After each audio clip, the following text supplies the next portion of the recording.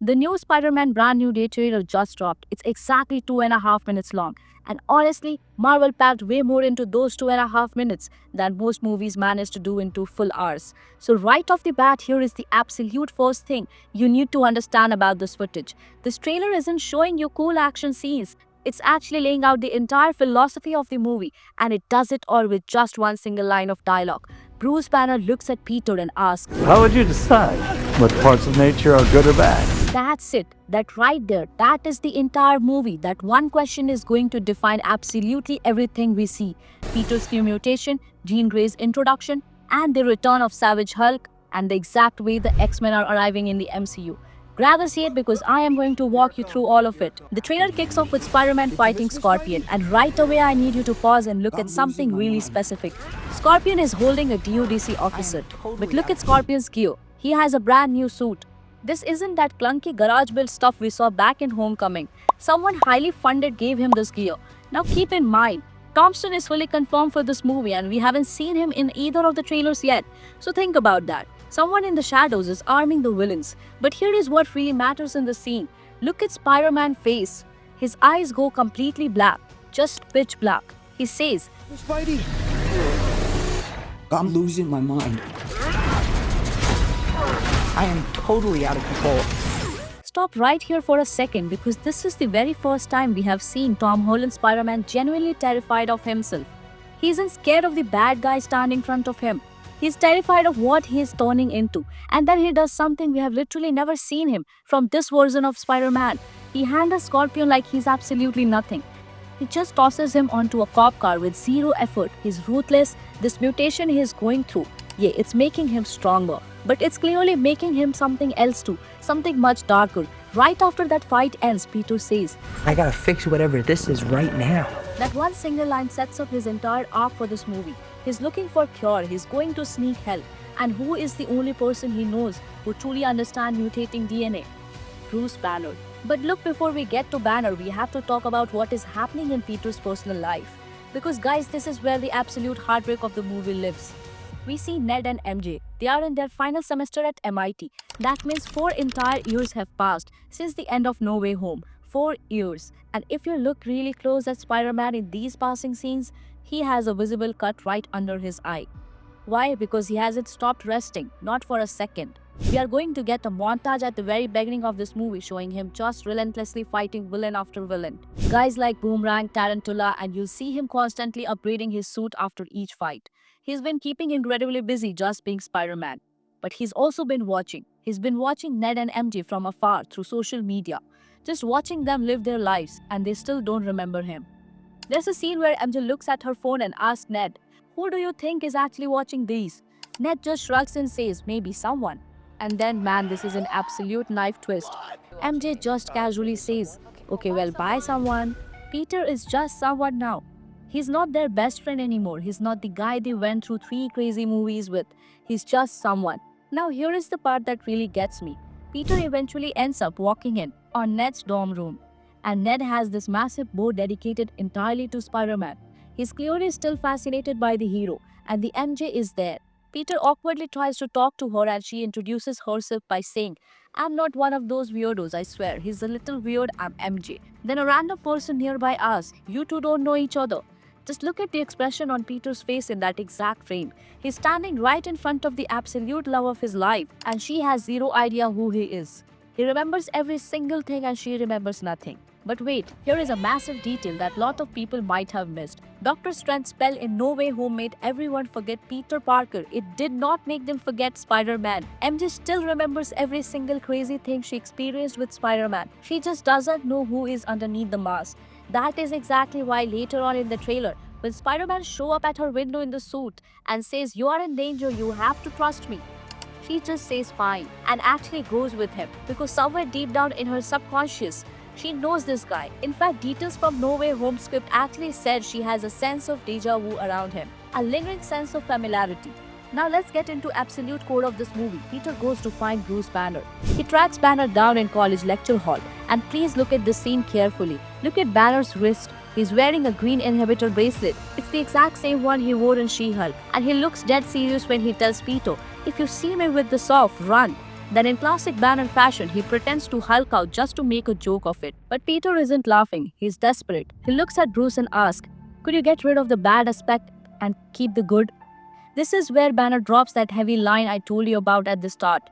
How would you decide what part of nature are good or bad? Think about the timing of this conversation. Peter is actively mutating. Some of it is undeniably good. He's getting organic webbing, he's getting enhanced super strength, but the rest of it is absolutely terrifying. We see clips of him having blackouts, experiencing severe sensory overload, completely losing control. There's a shot where he literally faints. Another where he wakes up trapped inside a cocoon made of his own webbing. We see him even crash hard into a building while trying to swing. He just wants to keep cool powers and delete the scary stuff. And Banner, out of everyone in the universe, understands this better than anyone. Banner spent years of his life hating the Hulk. He saw the Hulk as the bad part. But let's be real, without the Hulk, New York completely falls to Loki in the first Avengers. Without the Hulk, they don't win Age of Ultron. The so-called bad part is what saved the world. So Banner's answer to Peter is basically, who are you to decide what's good or bad? Who are any of us? Now this whole conversation is way bigger than Peter and Bruce, because right after this scene we are introduced to a person who is at the absolute center of this philosophical question. Enter William Metzger. He's a high-ranking official at the DODC, the Department of Damage Control, and he tells Peter, "It appears we are faced with a threat we can't control, one we can't even see." He's talking about Sadie Singh's character. Now listen to me closely. I'm going to tell you what every single insider, every reliable leaker, and every piece of evidence out there is pointing to. Sadie Singh is playing Jean Grey. Let me explain exactly why this matters so much. Jean Grey is mutant. She has telepathy, meaning she can read mind, jump seamlessly from one person's mind to another. She also has telekinesis, means she can move objects with her mind. In this trailer alone, we see her actively controlling multiple people at the exact same time. She's literally speaking through them. She finds Peter in crowd and says using someone else's mouth, "You're Spider-Man, you okay, you can get rid of that monster inside you." And then she follows it up with, "I think I might go see how MJ is doing." Did you catch that? She knows about the mutation, the monster inside him. She knows about MJ. She can actively read his mind. She knows his entire life story. But here is the massive twist. Metzger tells Peter, "You're the only one who is immune to it. You're the only one who can sense it." Peter is completely immune to her telepathy. And it's not because he has a strong mind. It's because of his spider sense. His spider sense wants his brain before she can fully get in. She can read him, sure, but she cannot control him. And that single fact makes Peter the only person on Earth who can actually communicate with her on a level playing field. Now stop here, because this is exactly where Marvel is trying to play a massive trick on you with the editing. The DODC is trying to frame Jean Grey as the big villain of the movie, a threat we can't control, one we can't see. But look at the context. They had her captured, they had her chained to a chair. They were running experiment on her and highly likely torturing her. And when she finally broke out to save herself, they slapped a label on her, called her an enemy of the state. But think back to what Bruce Banner just said a minute ago. How would you decide what part of nature are good or bad? Jean Grey was born with her powers. She's a mutant, this is simply her nature. And DODC just arbitrarily decided that she's bad. They locked her up, they experimented on her, and now they are trying to manipulate Spider-Man into helping them drag her back to a cage. William Metzger is absolutely not a good guy. If you know the comics, William Metzger is heavily tied to an anti-mutant program. He even oversaw the creation of massive anti-mutant weapon. He's not out here trying to protect the city. He's hunting down mutants. And Peter, well, initially he falls for it. He agrees to help. We see a clip of him working alongside the DODC, asking them, "What do you think they're looking for?" But you have to look at the very end of the trailer. Look at the final frames. Peter is walking toward a line of DODC troops. He's not standing with them. He's marching at them like he is about to throw down. He figures it out, guys. The DODC are the real villain of this movie. Now it's time to talk about the moment that has the entire internet losing their minds right now. Jean Grey hops into Bruce Banner's mind and she uses her power to remove that green inhibitor bracelet. The exact same bracelet Banner just warned Peter about. And then pure chaos. Screaming, yelling, a violent transformation. The Savage Hulk is back. We aren't talking about Professor Hulk. We aren't talking about Smart Hulk. This is the pure unfiltrated Savage Hulk, the exact version of the character we haven't seen in almost a decade. Spider-Man looks up at this absolute behemoth and just stammers, "I didn't know you could get that big." And in response, the Hulk delivers a massive thunderclap that sends Spider-Man flying through the air like a rag doll. Now, why would Jean Grey do this? Well, put yourself in her shoes. From her perspective, Spider-Man is actively working as a lapdog for the DODC, the exact same people who just captured and tortured her. She sees Peter as an enemy, so she enlists the Hulk to deal with him, to destroy the DODC base, or maybe a little bit of both. I know there are a ton of rumors flying around about this being a Grey Hulk. In the comics, Grey Hulk is specific persona. He's actually more intelligent than Green Hulk. He's cunning, he's strategic, he has his gangster type personality, lives out in Las Vegas, and goes by the name Joe Fixit. But honestly, what we are seeing in this trailer feels entirely different. The Hulk is bigger, he's meaner, he's far more savage than we have ever seen him. The fact that he looks a little grey might honestly just be really cool visual nod to the original 1962 comic, where the Hulk was actually colored grey in his very first appearance before printing issues forced Marvel to turn him green.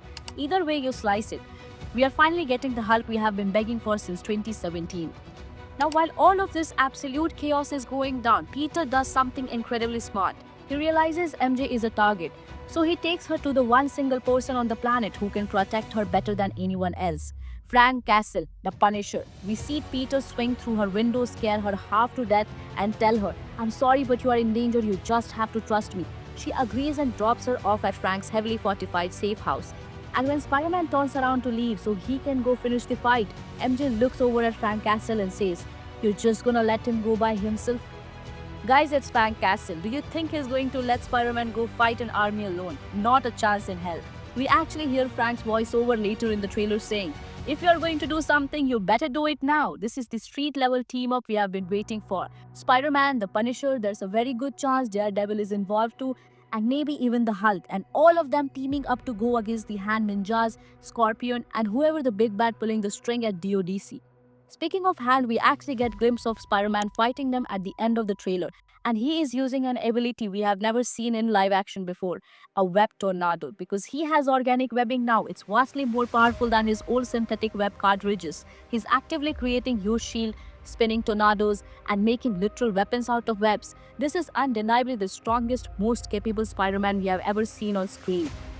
But underneath all of this wild action, the movie has really deep emotional anchor, and it comes through Aunt May voice. We hear her say, "This whole thing can get really scary, but the people who love you because you are you." And then she adds, "Never forget that no matter how powerful you have become." Obviously, she is not alive in this movie. The shot shows Peter standing quietly at her gravestone. He just softly says, "I miss you, May." This is the new "with great power comes great responsibility" moment. Because think about it, he's becoming more powerful than ever before. He's stronger, he's faster, he has infinite organic webbing and crazy new abilities. But that immense power is starting to corrupt something deep inside of him. And May's words, whether it's an old recording he found, a memory, or just voice echoing in his head, that is what going to pull him back from the edge. The trailer finally wraps up with some classic grounded Spidey humor to cut the tension. He lands hard on rooftop right next to random police officer, violently cracks his back, lets out a groan and mutters, "Just give me a second, I'm not a high school anymore." Then he looks at the cop and asks, "Did you stretch, you big stretcher? It's so good for you." And then he just dives headfirst off the building. Classic Peter. But before I let you go, we seriously need to talk about what is coming after this movie, because Spider-Man Brand New Day is hitting theater on July 31st. That places it exactly 6 months before Avengers Doomsday. And guys, the post-credit scene rumors for this movie are absolutely wild. The strongest rumor right now, the Venom symbiote is going to fully bond with Peter Parker in the final moment in this film to save his life from his failing mutation. Why does that make sense? Because the very next time we see Spider-Man, it will be Avengers Secret War. And he canonically needs to be wearing the black suit for that event, just like he did in the original 1984 Secret Wars comic run. There are other rumors floating around too. Some say Steve Rogers, whose memory might not have been fully wiped by Strange spell, shows up to recruit Spider-Man. Others are claiming Doctor Doom himself makes an appearance. But honestly, I think the Venom symbiote theory holds the most weight. The timing is just way too perfect, and there is no way Marvel misses the opportunity to directly set up Doomsday in the post-credit of a massive Spider-Man movie that drops only 6 months prior. And one more massive piece of news to leave you with. Sadie Sink, our new Jean Grey, has reportedly already signed a massive 3-movie deal with Marvel Studios. Spider-Man Brand New Day, Avengers Secret Wars, and a dedicated X-Men film slated for 2028. She is not just one side of character. She is the official introduction of mutants into mainstream MCU. So when you strip it all back, here is what this movie is actually about. It's not just a movie about a guy punching a villain. It's about the mutation. It's about who gets to decide what's good and bad in human nature. It's about Peter Parker completely losing himself, only to figure out who he really is at his core. It's about Jean Grey being hunted simply for the way she was born. It's about Bruce Banner finally letting the monster out of the cage after a decade of keeping him suppressed. And it's about Frank Castle, a man who crosses the line and kills, stepping up to protect the woman loved by Spider-Man, a man who refuses to kill. Different world, different method, same human flaws. That's the movie, guys. Like, subscribe, and tell me in the comments who's the real threat in this trailer.